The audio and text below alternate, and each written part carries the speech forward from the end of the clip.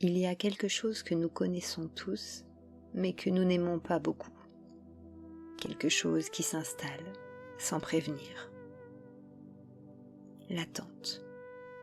Pas l'attente choisie, celle du voyageur qui regarde l'horizon ou de l'artisan qui laisse sécher son travail, mais plutôt cette autre attente, celle qui se pose entre nous et ce que nous voulons, entre ce qui est et ce qui devrait être. Un résultat qui tarde, une guérison qui prend du temps, une relation qui ne se résout pas. Dans ces moments-là, quelque chose en nous résiste, quelque chose voudrait accélérer, forcer, savoir. Et cette résistance, si familière, si humaine, a un nom. Nous l'appelons impatience. Peut-être que ce que nous fuyons vraiment, ce n'est pas l'attente elle-même. C'est plutôt l'inconfort de ne pas contrôler ce qui vient. Depuis très longtemps, des hommes et des femmes ont observé cette tension et ils ont remarqué quelque chose, que la patience, la vraie patience, n'est pas une forme de résignation, ce n'est pas subir en silence, ce n'est pas attendre en retenant sa respiration. Dans certaines traditions, la patience était considérée comme une force active. Pas l'absence d'action, mais une qualité d'être qui permet à l'action juste d'émerger.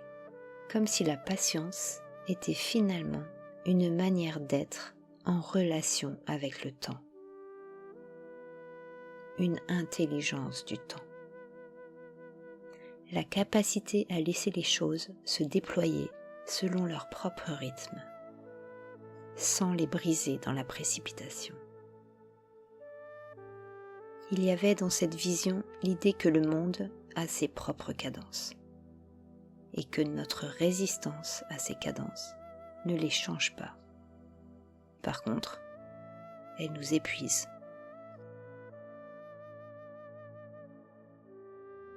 Pensez à une graine plantée en terre au cœur de l'hiver.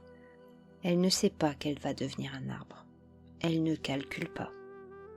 Elle ne s'impatiente pas.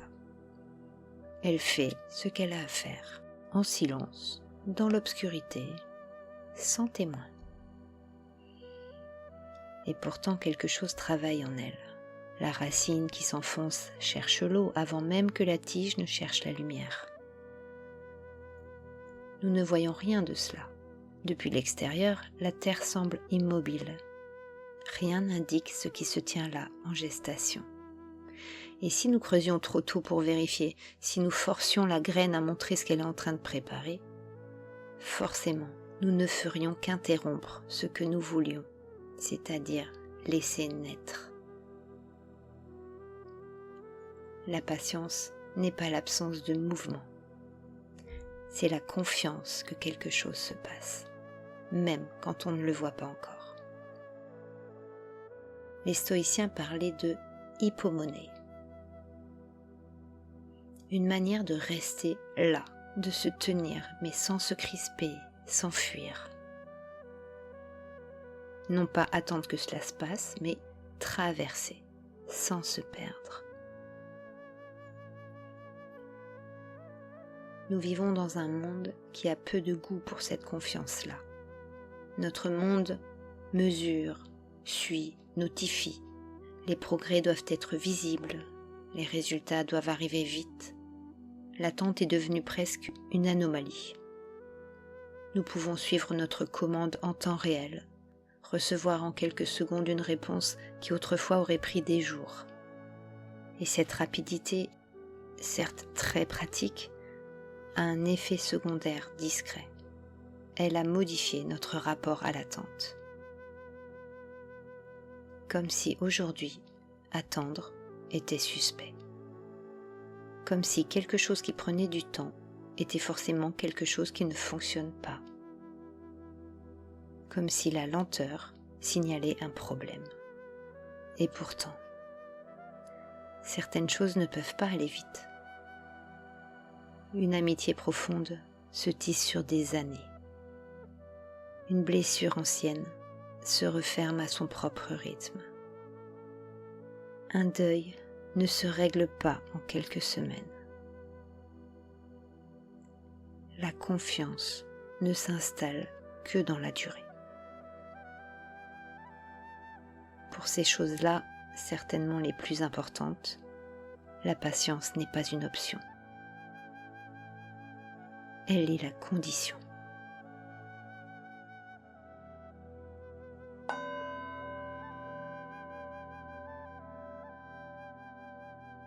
Alors peut-être qu'en ce moment, tel que vous êtes, il est possible de remarquer quelque chose de très simple.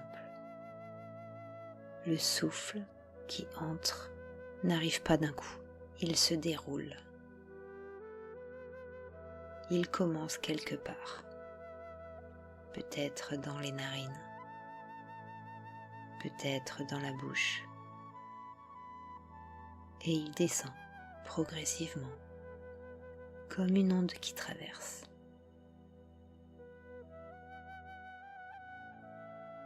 On ne peut pas précipiter ça.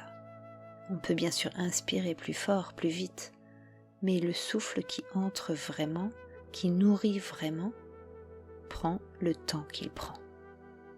Il a son propre rythme, et ce rythme, si on lui fait confiance, est exactement le bon.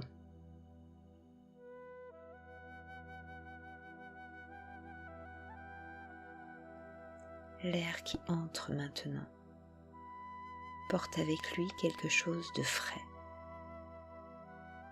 Une légère fraîcheur qui part dans la poitrine, très discrète. Presque imperceptible si on va trop vite pour la ressentir. Le corps sait attendre. Il l'a toujours su. Il attend entre chaque battement de cœur, entre chaque respiration, entre chaque pensée.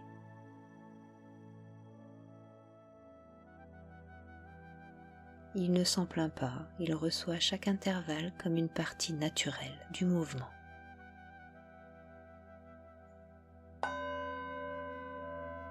Il y a une différence entre deux façons d'attendre. La première est une attente tendue, une attente qui surveille, qui calcule le temps écoulé, qui anticipe le retard, qui résiste à ce qui est parce qu'elle est déjà ailleurs. L'autre attente est une attente habitée, une attente qui reste là dans le présent, sans renoncer à ce qu'elle espère, mais sans en faire une condition pour aller bien. La première épuise, la seconde repose. Elle ne change pas la durée de l'attente, elle change ce que nous vivons pendant qu'elle dure. Comme si l'attente habitée devenait elle aussi un espace à vivre, pas seulement un espace à traverser.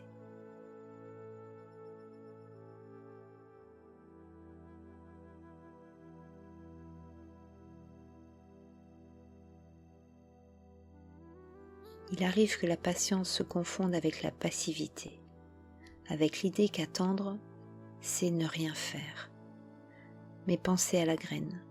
Pendant qu'elle attend, elle travaille. Et nous aussi, dans les espaces d'attente, quelque chose continue de se passer. Quelque chose se prépare, se consolide, se clarifie. Des décisions qui paraissaient impossibles deviennent avec le temps limpides. Des douleurs qui semblaient permanentes perdent progressivement de leur acuité. Des relations qui paraissaient figées, souvent sans que nous l'ayons planifié, prennent une nouvelle forme. Le temps n'est pas neutre, il travaille, doucement, invisiblement, mais il travaille. Et la patience, cette capacité à lui faire confiance, est peut-être l'une des formes les plus subtiles de notre intelligence.